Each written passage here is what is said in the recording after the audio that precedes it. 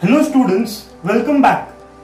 पिछले पार्ट में हमने नेशनलिस्टिक हिस्टोरियोग्राफी देखा था। अब इस पार्ट से हम हमारा फाइनल पार्ट देखेंगे, that is historiography in the post independence period, यानी आजादी के बाद किस तरह का हिस्टोरियोग्राफी के आइडियोलॉजीज हमने फॉलो किए वो देखेंगे।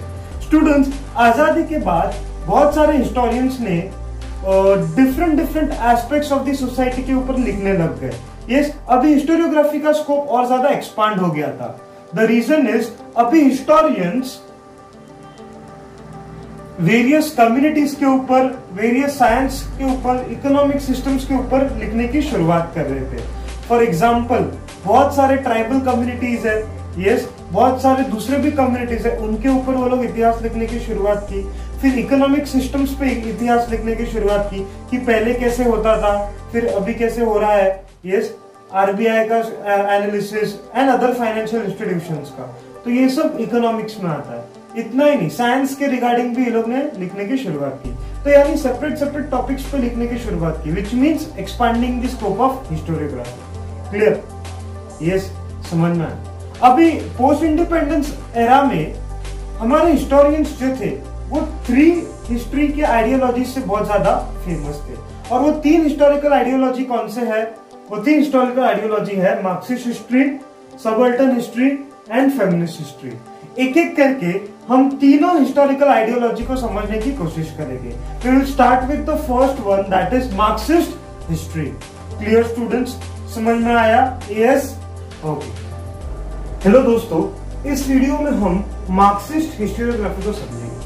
दोस्तों, मार्क्सिस्ट हिस्टोरियोग्राफी को समझने से पहले हमें मार्क्सिस्ट आइडियोलॉजी को समझना पड़ेगा। अब ये मार्क्सिस्ट आइडियोलॉजी आया कहां से है? वेरी सिंपल, ये कार्ल मार्क्स जी के थियोरी से आया है। कार्ल मार्क्स जी, ये सबको पता होगा, German philosopher, economist and big socialist. अभी कार्ल मार्क्स जी ने एक थियोरी की रचना की थी। उस थियोरी के हिसाब से पूरा का पूरा मार्क्सिस्ट आइडियोलॉजी क्रिएट हुआ है। अब ये थियोरी क्या था? दोस्तों, मैं तुमको एक सिंपल सा एग्जांपल दे रहा हूँ, उससे हम समझने की कोशिश करते हैं कि मार्क्सिस्ट आइडियोलॉजी है क्या। देखो, कार्ल मार्क्स जी ने सोसाइटी को ध्यान से ऑब्जर्व किया। उन्होंने देखा कि सोसाइटी में लोग रहते हैं, यस, अब उन लोगों के कुछ नीड्स होते हैं, कुछ डिमांड्स होते हैं। उस नीड्स को, उस डिमांड्स को पूरा करने के लिए उसी सोसाइटी में से एक इंसान आगे आता है और वो कुछ प्रोड्यूस करने को स्टार्ट करता है। अब जब कोई इंसान प्रोड्यूस करने को स्टार्ट करेगा, he becomes the owner of the means of production. Yes, वो एक इंडस्ट्रियलिस्ट बन जाता है, वो एक बिजनेसमैन बन जाता है और वो धीरे धीरे owner of the means of production बन जाता है। अब बस यही बात, जब मैं owner of the means of production बन जाता हूँ तो मैं अपने अंडर लोगों को काम पे रखूंगा, नौकरी दूंगा और बस सोसाइटी में 2 क्लासेस क्रिएट हो जाएंगी, एक इंडस्ट्रियलिस्ट और एक वर्कर्स का। तो कार्ल मार्क्स जी ने बोला है कि human history is not only about abstract ideas but it is about class struggle। अब ये जो इंडस्ट्रियलिस्ट और वर्कर्स क्लास बना है, इनके बीच में स्ट्रगल होता है, झगड़े होते हैं। क्यों? वेरी सिंपल, जब इंडस्ट्रियलिस्ट बन जाता हूँ तो मेरे पास जरूरत से ज्यादा चीजें होती है और मैं एक्सप्लॉइट करता हूँ वर्कर्स लोगों को, जिसकी वजह से इनइक्वालिटी क्रिएट होता है और स्ट्रगल स्टार्ट होता है। बस इसी मेन पार्ट पर मार्क्सिस्ट आइडियोलॉजी डिपेंड करता है। एक लास्ट कंक्लूडिंग स्टेटमेंट में बोलना चाहूंगा आपको, Marxist ideology is nothing but struggle between the class of workers and industrialist. और मार्क्सिस्ट का मेन पार्ट ये है कि मार्क्सिस्ट जी, कार्ल मार्क्स जी बोलते हैं कि सोसाइटी में इन वर्कर्स क्लास को ऊपर उठना पड़ेगा और ये जितने भी मीन्स ऑफ प्रोडक्शन है उसके ओनरशिप को अपने हाथ में लेना पड़ेगा। यस, जो lower strata of the society यानी मेन वर्कर्स, उनके हाथ में ओनरशिप होना चाहिए। So this is the main part of Marxist ideology. तो पिछले वीडियो में मैंने आपको मार्क्सिस्ट आइडियोलॉजी के बारे में समझाया था। इस वीडियो में मैं आपको मार्क्सिस्ट हिस्टोरियोग्राफी के बारे में बताऊंगा। देखो, मार्क्सिस्ट आइडियोलॉजी तो आप सभी को याद होगा अभी। यस, सोसाइटी में जब क्लास स्ट्रगल होता है तो वर्कर्स क्लास को ऊपर उठकर मीन्स ऑफ प्रोडक्शन को ओन करना चाहिए, तो उसी को हम मार्क्सिस्ट आइडियोलॉजी बोलते हैं। अभी इसी आइडिया को दिमाग में रखते हुए मार्क्सिस्ट हिस्टोरियोग्राफी को समझने को ट्राई करते हैं। मैंने एक सिंपल सा मीनिंग लिखा है यहाँ पे, what is Marxist historiography. Yes, writing of historical narrative based on Marxist ideology, यानी वो लिखावट, वो राइटिंग्स जो मार्क्सिस्ट आइडियोलॉजी पे डिपेंड करता है। कैसे? Let's understand. देखो, जो मार्क्सिस्ट हिस्टोरियंस होते हैं ना, वो मीन्स ऑफ प्रोडक्शन के बारे में लिखेंगे, मोड्स ऑफ प्रोडक्शन के बारे में लिखेंगे और इंडस्ट्रियल रिलेशन के बारे में लिखेंगे। अभी ये समझ लेते हैं कि ये तीनों है क्या। देखो दोस्तों, जब मैं क्लास स्ट्रगल की बात करता हूँ तो एक तरफ ओनर्स होता है, एक तरफ वर्कर्स होता है, और उन्हीं ओनर्स और वर्कर्स के बीच में क्लास स्ट्रगल होते रहता है, बराबर। अब उसका रीजन क्या होता है? इनइक्वालिटीज। तो यहाँ पे जितने भी मार्क्सिस्ट हिस्टोरियन है वो सभी इंपॉर्टेंट चीजों को ऑब्जर्व करते हैं जो इन सबसे रिलेटेड है। For example, means of production में रॉ मटेरियल्स होता है, मशीनरी होता है, टूल्स होता है, और ये सब फैक्ट्रीज में लगाए जाते हैं। यस, अभी इसी मीन्स ऑफ प्रोडक्शन को यूटिलाइज करने के लिए एम्प्लॉयज आते हैं, वर्कर्स आते हैं। यस, वो लोग काम करते हैं, प्रोड्यूस करते हैं एंड देन मार्केट में सप्लाई करते हैं। समझ में आया? तो मीन्स ऑफ प्रोडक्शन का मतलब क्या है? Raw materials, machines, tools etcetera. और मोड्स ऑफ प्रोडक्शन का मतलब क्या है? Society plus means of production. Very simple. मैंने अभी जस्ट बोला, मीन्स ऑफ प्रोडक्शन को सिर्फ ऐसे ही रखेंगे क्या? नहीं, आदमियों को एम्प्लॉयमेंट देंगे, यस, वर्कर्स बुलाएंगे, उनको जॉब देंगे, उनसे काम करवाएंगे, उन्हीं प्रोडक्ट्स को देन सोसाइटी में बेचेंगे, और कहीं ना कहीं ये वर्कर्स भी तो कंज्यूमर्स हैं। यस, इसलिए मोड्स ऑफ प्रोडक्शन का मतलब होता है means of production plus society. Clear? अब कुछ हम नाम देख लेते हैं कि कौन से इंडियन हिस्टोरियंस हैं जिन्होंने मार्क्सिस्ट आइडियोलॉजी को अपनाया है। पहला है दामोदर धर्मानंद कोसंबी, दूसरा है comrade Shripad Amrit Dange, Ramsharan Sharma and then comrade Sharad Patil. दोस्तों, कॉमरेड का मतलब क्या? Yes, it's a position, yes, it's a title used for people working in the military. एक सर्टेन पोजीशन है वो comrade. Yes, so Marxist historiography में इतना ही। Thank you so much. Hello students, previous video में हमने मार्क्सिस्ट हिस्ट्री के बारे में देखा। इस वीडियो में हम सबल्टन हिस्ट्री के बारे में देखेंगे। पहले सबल्टन टर्म का मतलब समझ लेते हैं। Subaltern means bottom most ranks और inferior ranks based on class, caste, gender, religion. इसका मतलब ये कि समाज में वो लोग जिनको निचला दर्जा मिला है, जिनको लोअर क्लास या लोअर सेक्शन दिया जाता है, उन लोगों को हम सबल्टन बोलते हैं। यस, और बॉटम मोस्ट रैंक। अब ये कंसेप्ट आया कैसे? एंटोनियो ग्राम्से नाम के इटालियन फिलोसोफर ने ये कंसेप्ट को कॉइन किया था। और ये जो एंटोनियो ग्राम्से है, he was the Marxist historian. अब ये मार्क्सिस्ट हिस्ट्री के वजह से ही नया टर्म आया, that is subaltern history. Antonio Gramsci was a Marxist ideology historian, जिन्होंने आगे काम करते करते ये नए टर्म को कॉइन किया, that is subaltern history. Clear? India में रंजित गुहा नाम के हिस्टोरियन ने सबल्टन स्कूल ऑफ हिस्टोरियोग्राफी को बहुत ज्यादा बहुत अच्छे से एस्टैब्लिश किया और उसी पे बहुत ज्यादा स्टडी किया। क्लियर? रंजित गुहा के पहले भी कुछ लोग थे। यस, रंजित गुहा के पहले भी कुछ लोग थे जिन्होंने बॉटम मोस्ट रैंक्स के बारे में सोचा, उनके लिए लड़ाई की, यस, उनको राइट्स दिलवाए। अब वो लोग कौन थे? यहाँ पे कुछ एग्जांपल भी है, let's see. Mahatma Jyotirao Phule and doctor Baba Saheb Ambedkar. Yes, ये दोनों महान शख्स रंजित गुहा के पहले के हैं। यस, और इन्होंने भी bottom most rank of the people के बारे में सोचा, इसीलिए इनका नाम यहाँ पे दिया है। क्लियर? समझ? लेट्स सी क्या कंट्रीब्यूशन है इनका। महात्मा ज्योतिराव फुले ने बहुत ही दो इंपॉर्टेंट वर्क्स लिखे हैं। One is Gulamgiri and other is शूद्र अतिशूद्र। These two books are based on the people who were exploited because of their caste as well as gender, women and शूद्र अतिशूद्र। क्लियर? समझ में? यस, शूद्र अतिशूद्र का मतलब होता है दलित्स, अनटचेबल्स। क्लियर? समझ में आया? ओके। शूद्र अतिशूद्र का मतलब होता है दलित्स, अनटचेबल्स। यस, अभी इसके अलावा डॉक्टर बाबा साहब अम्बेडकर ने भी बहुत ज्यादा कंट्रीब्यूशन किया। After the contribution of Mahatma Jyotirao Phule, now it's time to understand the contributions of Dr. Babasaheb Ambedkar. Let's see the sixth point. Role of people belonging to Dalit caste is important, but they were ignored in the colonial and nationalistic historiography.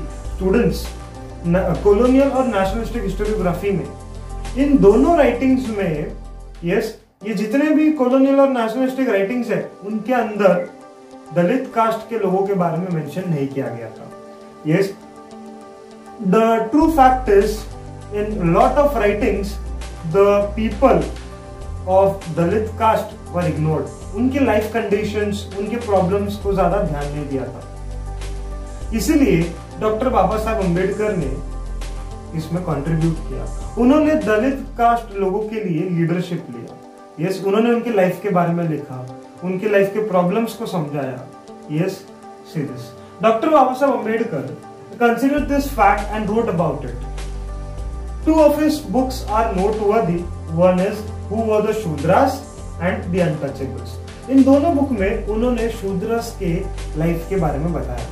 How people treat them. Yes, how these people used to work in horrific conditions and उनको कैसे पे करते थे दूसरे लोग और कैसे treat करते थे विदाउट एनी रिस्पेक्ट. तो ये सब कंडीशन इन दोनों बुक्स में बताया. क्लियर. इसलिए डॉक्टर बाबा साहब अम्बेडकर ने लीडरशिप लिया था और इनको अपने राइट्स के बारे में जागरूक किया. उनको रियलाइज करवाया कि they also have certain rights like other people. Clear, समझ में आया students? Okay, thank you so much. अभी ये जो पार्ट हमने देखा, यस, और इसके पिछले पार्ट में दोनों पार्ट बहुत इंपॉर्टेंट है. यस, सबअल्टर्न हिस्ट्री ओवरऑल बहुत इंपॉर्टेंट है, डायरेक्ट शॉर्ट नोट्स में पूछा जाता है और हमने जो भी पॉइंट्स लिखे बहुत ही सिंप्लीफाई करके लिखा है. यस, बहुत ही सिंप्लीफाई किया है पॉइंट्स को, और अगर शॉर्ट नोट्स में पूछा भी जाता है तो तुम ये पॉइंट्स को लिख सकते हो एज इट इज. क्लियर. और इसमें इंपॉर्टेंट पॉइंट्स में ऑब्जेक्टिव्स भी है, जैसे कि यहाँ पे आप देख सकते हो बुक्स के नाम दिए है. तो ये आइडेंटिफाई द रॉन्ग पेयर में पूछा जा सकता है. यस, कंसेप्ट चार्ट में पूछा जाता है. क्लियर. फिलिंग द ब्लैंक्स में भी पूछा जा सकता है. सो concluding point is here that you need to focus on the notes which I have written on the board. Hello students, in this part we are going to see the last part of this chapter, that is feminist history. Students, ये हमने chapter 1 में भी पढ़ा था, that is feminist historiography के अंदर. Yes, थोड़ा सा पार्ट यहीं पे वो पार्ट फिर से रिवाइज होगा. That is the first point. Yes, मैंने बहुत ही सिंप्लीफाई करके लिखा है ये पॉइंट. तो इसमें आपको वो जो फर्स्ट चैप्टर में हमने पढ़ा था वो पार्ट फिर से रिवाइज हुआ है. लेट्स वो पार्ट क्या है. स्टूडेंट्स, ये जो फेमिनिस्ट हिस्ट्री है, पहले जितने भी हिस्टोरियंस थे उन्होंने इंडियन हिस्ट्री के बारे में तो लिखा, बट वुमेन के बारे में बहुत सारी चीजें इग्नोर हुई थी. उनका रोल कैसा था सोसाइटी में, उनका इंपॉर्टेंस कितना था, वो सब चीजें हिस्टोरियंस ने लिखा ही नहीं था. इसलिए बहुत सारे फेमिनिस्ट हिस्टोरियंस ने मुद्दे को आगे लाया एंड उन्होंने बोला कि it is very important to write the role of the women. Yes, it is very important to include the women's history in the original history. Yes, तब जाके बहुत सारे हिस्टोरियंस ने वुमेन के रिगार्डिंग, यस, वुमेन के regarding जो भी part है वो हिस्ट्री में इंक्लूड करने की शुरुआत की. Clear. Okay, let's read the first point. Historians wrote about the role of the woman and also stated that it is important to rethink the position of the woman in history as it was ignored for many years. Clear?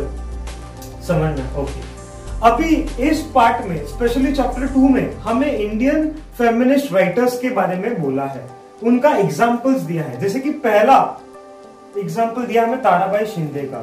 Yes, Tarabai Shinde very important and famous feminist activist.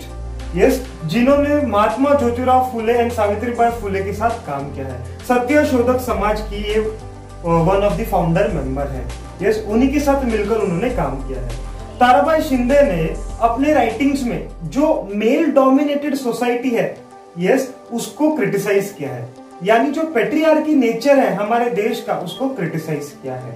Clear. और उनके writings का नाम है स्त्री पुरुष तुलना. उनके writings का क्या नाम है? स्त्री पुरुष तुलना.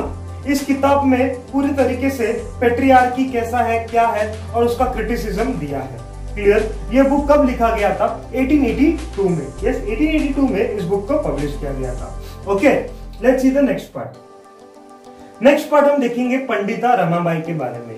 Pandita Ramabai, yes, she was the Sanskrit scholar and also female activist, women emancipation पे काम करते थे। इसका मतलब क्या? एम्पावरिंग वुमेन, उसके ऊपर ये लोग काम करते थे। पंडिता रमाबाई का सबसे इंपॉर्टेंट कंट्रीब्यूशन है the high cast Hindu women. उन्होंने अपने लाइफ के बारे में इसमें लिखा है और विडोज को क्या क्या प्रॉब्लम होता है उसके बारे में भी इस बुक में मेंशन किया है, इसीलिए इस बुक को यहाँ पे दिया है। क्लियर? अंडरस्टूड? और ये बुक कब लिखा गया था? In the year 1888। Okay, next part देखते हैं, feminist literature of the post independence period, यानी आजादी के बाद जितने भी फेमिनिस्ट राइटिंग्स है उन सबका फोकस पॉइंट क्या क्या है वो देखेंगे। सबसे पहले तो उन राइटिंग्स में हमें वुमेन के एम्प्लॉयमेंट के बारे में दिखता है, यस। फिर राइट टू पॉलिटिकल इक्वालिटी, उनके राइट्स के बारे में दिखाया रहता है, यस। उनके वर्क कंडीशंस के बारे में दिया रहता है, यस। और तो और उनके प्रति बिहेवियर क्या होता है काम पे, that is attitude towards women at the work place. ऐसे सारे टॉपिक्स के ऊपर राइटिंग्स लिखे गए हैं। क्लियर? समझ में आया? Yes, this is the important part. Please जो भी इम्पोर्टेंट ऑब्जेक्टिव्स है नोट डाउन करके रखो, जैसे कि थर्ड पॉइंट है, सेकंड पॉइंट है, यस। फिर इसके बाद फोर्थ पॉइंट है, ये फ्लो चार्ट में पूछा जा सकता है आपको, तो ये सारे इंपॉर्टेंट पॉइंट है। अगर शॉर्ट नोट्स में भी पूछा तो आप एज इट इज ये पॉइंट्स लिख सकते हो, बहुत ही सिंप्लीफाई करके मैंने दिया है। Clear students? समझ में आया ये पार्ट? ओके, और भी पार्ट है, प्रीवियस पार्ट जो हमने देखा और ये पार्ट जो हमने देखा और इसके बाद जो हम देखने वाले हैं, ये सब इंपॉर्टेंट है, एग्जाम में कैसे भी पूछा जा सकता है। Clear students? This is the final part जहां पे हम फेमिनिस्ट राइटिंग्स के कुछ एग्जांपल्स देखने वाले हैं। यस, ये रिसेंट एग्जांपल्स है, बहुत ही इंपॉर्टेंट है, so please pay attention. Exam में डायरेक्ट ऑब्जेक्टिव क्वेश्चंस में पूछा जा सकता है। Recently publish feminist literature, first Mirabai Kosambi's crossing threshold. Yes, अभी मीराबाई कोसंबी कौन है पहले ये थोड़ा सा समझ लेते हैं। Mirabai Kosambi was the famous Indian sociologist. इनके डैडी का नाम था दामोदर कोसंबी और इनके ग्रैंडफादर का नाम था धर्मानंद कोसंबी। दोनों अपने अपने फील्ड में स्कॉलर्स थे। यस, अभी मीराबाई कोसंबी ने सोशियोलॉजिस्ट का डिग्री स्टॉकहोम से हासिल किया था और उन्होंने इंडिया में आकर बहुत ही रिसर्च का काम किया and as well as SNDT university में भी काम किया है। यस, अभी इनके कॉन्ट्रीब्यूशंस में सबसे इंपॉर्टेंट कॉन्ट्रीब्यूशन है क्रॉसिंग थ्रेशोल्ड, क्योंकि इस बुक में उन्होंने क्या किया, इस बुक में उन्होंने एसेज लिखे। These essays are based on feminist writings. Yes, feminist essays भी बोला जाता है। अब ये फेमिनिस्ट एसेज का खासियत क्या है? इस फेमिनिस्ट एसेज का खासियत ये है कि इसमें पंडिता रमाबाई और डॉक्टर रुक्माबाई के बारे में लिखा है। पंडिता रमाबाई के बारे में मैंने जस्ट अभी आपको बोला। Doctor Rukmabai was the first practising lady doctor of India. उन्होंने बहुत ही मेहनत से ये डॉक्टरेट का डिग्री हासिल किया था। क्लियर? समझ में आया? तो इनके एसेज में इनके बारे में ज्यादा दिया है। Clear? Next important part is literature on the Dalit women, और to be more specified literature on the Dalit women in Maharashtra. Let's see, doctor Sharmila Rege wrote some interesting book named Writing Caste, Writing Gender. इस book में सबसे important part ये है students कि इसमें दलित women के बारे में दिया है, और दलित वुमेन के बारे में इसने अपने ऑब्जर्वेशन से नहीं लिखा है, इन्होंने एक्चुअली में टेस्टिमोनीज लिया, यानी उनका लाइफ एक्सपीरियंस उनको पूछा एंड देन लिखा। इट मीन्स उन्होंने डायरेक्टली ऑटोबायोग्राफी लिखा है of Dalit women. Clear? This is the very important part, हमेशा याद रखना इसको। Clear? Yes, and the final part जो डू यू नो में एक सिंपल सा ऑब्जेक्टिव टाइप के लिए पूछा जा सकता है, दैट इज मराठी रियासत। ये एक किताब है। यस, इसके बहुत सारे वॉल्यूम्स है, बहुत सारे पार्ट्स है, और ये किसने लिखा है? गोविंद सखाराम सरदेसाई ने। That's it, that's for the chapter number 2, that's it for the chapter number 2। आगे हम चैप्टर नंबर 3 से स्टार्ट करेंगे। स्टूडेंट्स एक्सरसाइज प्लीज देख लो, एक्सरसाइज के बहुत सारे क्वेश्चंस के आंसर, बहुत सारे इन द सेंस पूरा एक्सरसाइज के आंसर्स आपको मेरे वीडियोस में मिल जाएंगे। यस, शॉर्ट नोट्स ले लो, ऑब्जेक्टिव्स ले लो, ट्रू और फॉल्स ले लो, ये सब आपको वीडियोस में ही मिल जाएगा, आपको सिर्फ ध्यान से देखना है। Clear? Thank you so much. Please mark the important points and read daily. Clear?